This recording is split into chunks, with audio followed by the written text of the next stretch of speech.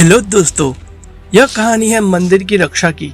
यह कहानी है एक भील राजा के बलिदान की और यह कहानी है उस मिट्टी की जहां धर्म और संस्कृति की रक्षा के लिए खून बहाया गया। आज हम जानेंगे एक ऐतिहासिक सच। सोमनाथ मंदिर पर जब विदेशी आक्रांता टूट पड़े थे तो कौन बना उनका रक्षक? कौन थे वह आदिवासी भील जिन्होंने अपने प्राण न्यौछावर कर मंदिर की रक्षा की? गुजरात के समुद्र किनारे स्थित वह मंदिर जिसे स्वयं चंद्रदेव ने बनाया था, जहां भगवान शिव साक्षात ज्योतिर्लिंग के रूप में विराजते हैं। सोमनाथ, जहां हर आहट में भक्ति गूंजती है और हर पत्थर में इतिहास की गूंज छिपी है। लेकिन क्या आपने जानते हैं, इस मंदिर पर 17 बार आक्रमण हुआ, हर बार खंडित किया गया, फिर भी यह मंदिर हर बार खड़ा हुआ क्योंकि इसके पीछे थी धरती के असली सपूतों की वीरता। आगे बढ़ने से पहले चैनल को लाइक और सब्सक्राइब जरूर कर देना। अब बढ़ते हैं आगे। सन 1025 ईस्वी तब का अफगान लुटेरा मोहम्मद गजनवी अपने 5000 घुड़सवारों और क्रूर सेना के साथ सोमनाथ की तरफ बढ़ा। उसे लूटने से मतलब था सोने से जड़े द्वार, हीरे मोती और मंदिर की अकुट संपत्ति।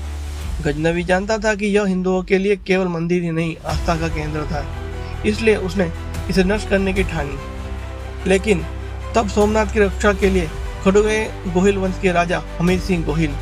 उनका साथ दिया गुजरात के घने जंगलों में रहने वाले आदिवासी भील समुदाय ने।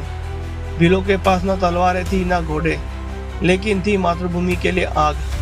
उनके पास थे तीर कमान और वो जंगल जिन्हें वे अपनी आत्मा की तरह जानते थे। जब गजनवी की सेना सोमनाथ के पास पहुंची, भीलों ने उन पर पेड़ों से तीरों की बौछार की। काफिला लहूलुहान हो गया, उनकी गति धीमी हो गई।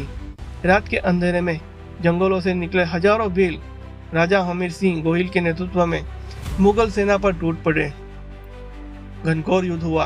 भीलों ने अपने तीरों से और छुपकर वार कर गजनवी के सिपाहियों को छिन्न भिन्न कर दिया, लेकिन संख्या बहुत कम थी।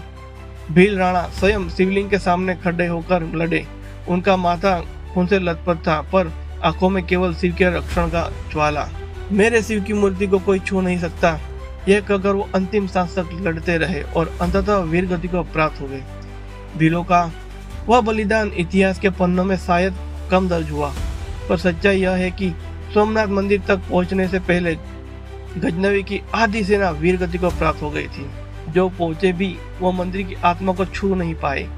भील राणा के बलिदान ने इतिहास में वह निशान छोड़ा जो हर भारतीय को गर्व से भर देता है। आज भी गुजरात के कुछ क्षेत्रों में भील जनजाति जब त्योहार मनाती है तो उस युद्ध का स्मरण करती है।